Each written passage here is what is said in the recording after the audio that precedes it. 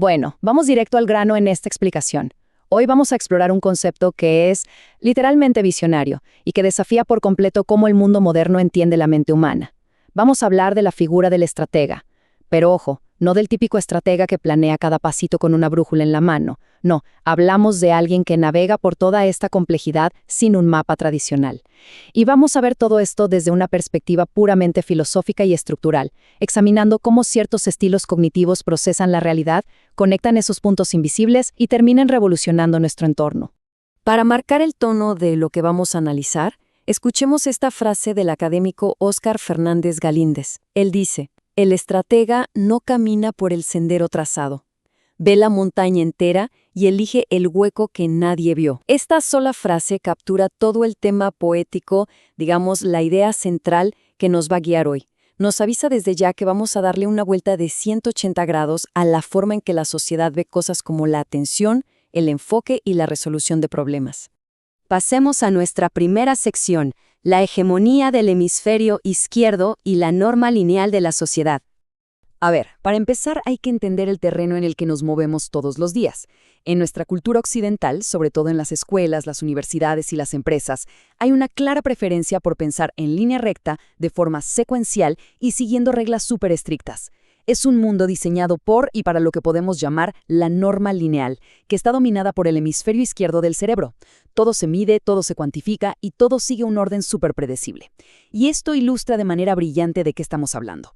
Usando el modelo de cerebro total de Ned Herman, del lado izquierdo tenemos al analista. Imagínense a un topógrafo caminando por ahí, midiendo cada milímetro de terreno, sudando, lleno de lodo. Y del lado derecho está el estratega. Es alguien que va cómodamente en un helicóptero, viendo todo el valle, el río, la montaña, todo al mismo tiempo y decide dónde poner un puente sin haber tocado el pasto jamás.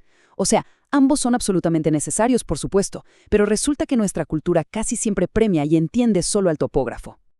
Ahora, si nos enfocamos en el estratega, que sería este pensador del cuadrante cortical derecho, encontramos características fascinantes. Tienen un pensamiento totalmente holístico, o sea, ven el panorama completo, no las piezas sueltas. Llegan a conclusiones por pura intuición sin tener que explicar paso a paso cómo llegaron ahí. Tienen una capacidad de síntesis increíble para unir cosas que, a simple vista, no tienen nada que ver.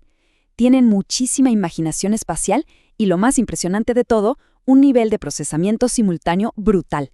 Pueden manejar un montón de variables al mismo tiempo y siempre están mirando hacia el futuro, tomando riesgos intelectuales que a otros les darían terror. Vamos a la sección 2, la anomalía y la redefinición del diagnóstico. Y aquí es justo donde la realidad clínica se da de topes con la teoría. En una sociedad que nos exige ser lineales y obedecer procesos paso a pasito, esta capacidad de tener visión periférica y pensar en 1000 cosas a la vez suele ser castigada. Todos estos rasgos geniales del estratega que acabamos de mencionar, bueno, resulta que la medicina moderna muchas veces los etiqueta y los patologiza bajo el famoso diagnóstico de TDAH, o trastorno por déficit de atención e hiperactividad. Aclaración importantísima aquí, no estamos dando ningún consejo médico para nada. Solo estamos presentando de manera súper imparcial la tesis del autor a través de su teoría holónica procesual híbrida y fractálica, o TEHF. Fíjense que esta teoría toma los síntomas clásicos y les da una vuelta filosófica completa. La distracción se reinterpreta como un foco panorámico, una atención que está abierta a captar múltiples estímulos. La hiperactividad se ve más bien como una búsqueda incansable de nuevas señales para alimentar la intuición. Y la impulsividad, bueno, no es que sean imprudentes, sino que tienen un tiempo muchísimo más rápido de colapso intuitivo. Es decir, su cerebro llega a la respuesta muchísimo antes de que siquiera puedan explicar el porqué. Y para aterrizar esta idea, recordemos lo que decía el filósofo Thomas S. Kuhn sobre las revoluciones científicas. El descubrimiento comienza con la percepción de una anomalía, es decir, con el reconocimiento de que la naturaleza ha violado las expectativas. Y es que el estratega es, por naturaleza, un detector de anomalías.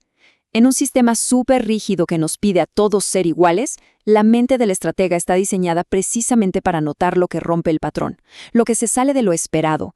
Entonces, el punto crucial aquí es este. Educadores como John Taylor Gatto han señalado que la escuela tradicional a veces parece que disciplina la mente en lugar de expandirla, castigando la imaginación si no sigue el ritmo de una fábrica. La teoría sugiere que la verdadera normalidad está en un sistema institucional y educativo que simplemente no tolera la diversidad cognitiva. No es un problema en la arquitectura cerebral de las personas.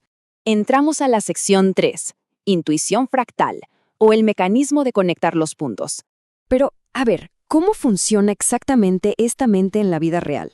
Esto nos lleva a un concepto complejo pero deslumbrante, la intuición fractal, o como le llama el autor, la endoepignosemiosis.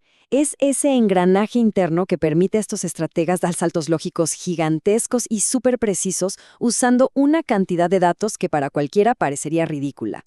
Vamos a desglosar este truco de magia cognitiva, paso a paso. Primero, el estratega capta información implícita que el pensador lineal ni nota. Un tono de voz, un silencio incómodo, un gesto. Segundo, accede a una biblioteca mental inmensa de experiencias pasadas almacenadas como fractales, súper comprimidas. Tercero, aplican analogías estructurales, o sea, conecta la forma de un problema nuevo con algo que no tiene absolutamente nada que ver. Y finalmente, ¡pum!, todo esto detona lo que llama un colapso holónico, una epifanía. De un segundo a otro, el plan de acción está clarísimo. Para quitarle el misterio a todo esto, imagínense a un gran maestro de ajedrez frente a su tablero. Este experto no está calculando conscientemente cada una de las miles de combinaciones en ese microsegundo. Más bien, siente la mejor jugada, porque reconoce el patrón fractal de millones de partidas que ya jugó. Bueno, el estratega opera exactamente igual. La única diferencia es que su tablero no tiene casillas blancas y negras. Su tablero es la vida real. Son las crisis vitales, corporativas o creativas. Reconocen la estructura del problema sin tener que meter cada detallito en una hoja de cálculo.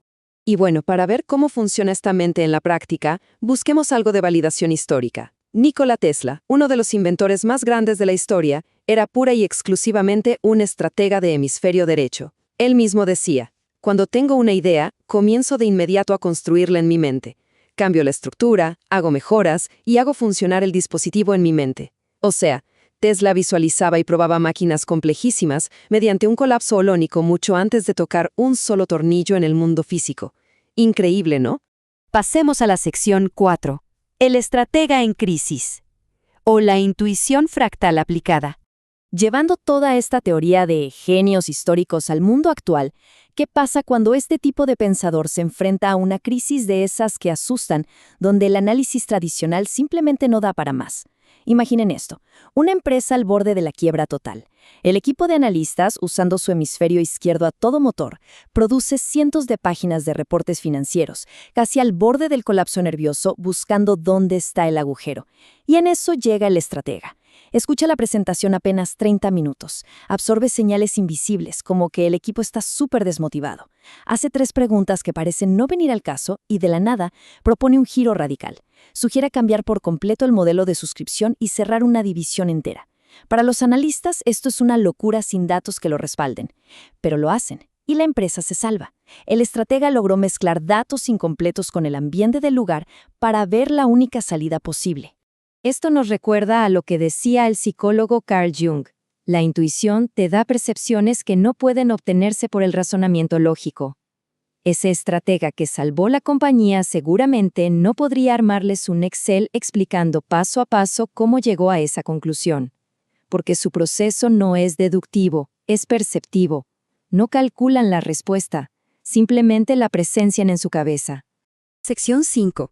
Aplicaciones en la sociedad y el pliegue estratégico. Todo esto nos lleva a pensar en algo súper pragmático. Si sabemos el valor inmenso que tiene este tipo de mente no lineal, ¿cómo podemos cambiar la sociedad para integrar y aprovechar este pliegue estratégico? Bueno, en la educación significaría crear espacios de aprendizaje no lineales con proyectos abiertos en lugar de exámenes estandarizados rígidos. En las empresas implicaría poner a estos estrategas en puestos de visión global, encargados de prever crisis y alejarlos por completo de las tareas rutinarias que apagan su creatividad.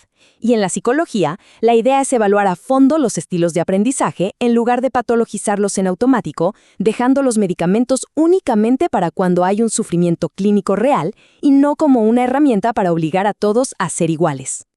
Y no podemos dejar de lado a Albert Einstein. De hecho, muchos sospechan que él tenía fuertes rasgos de lo que hoy llamaríamos TDAH. Él decía: la imaginación es más importante que el conocimiento. El conocimiento es limitado. La imaginación abraza el mundo. Viéndolo desde esta perspectiva analítica, la imaginación no es solo estar soñando despierto. Es un procesamiento de un nivel altísimo que el análisis lineal jamás podría igualar. Y para ir cerrando, el autor resume todo esto en un concepto que llama endopligencia.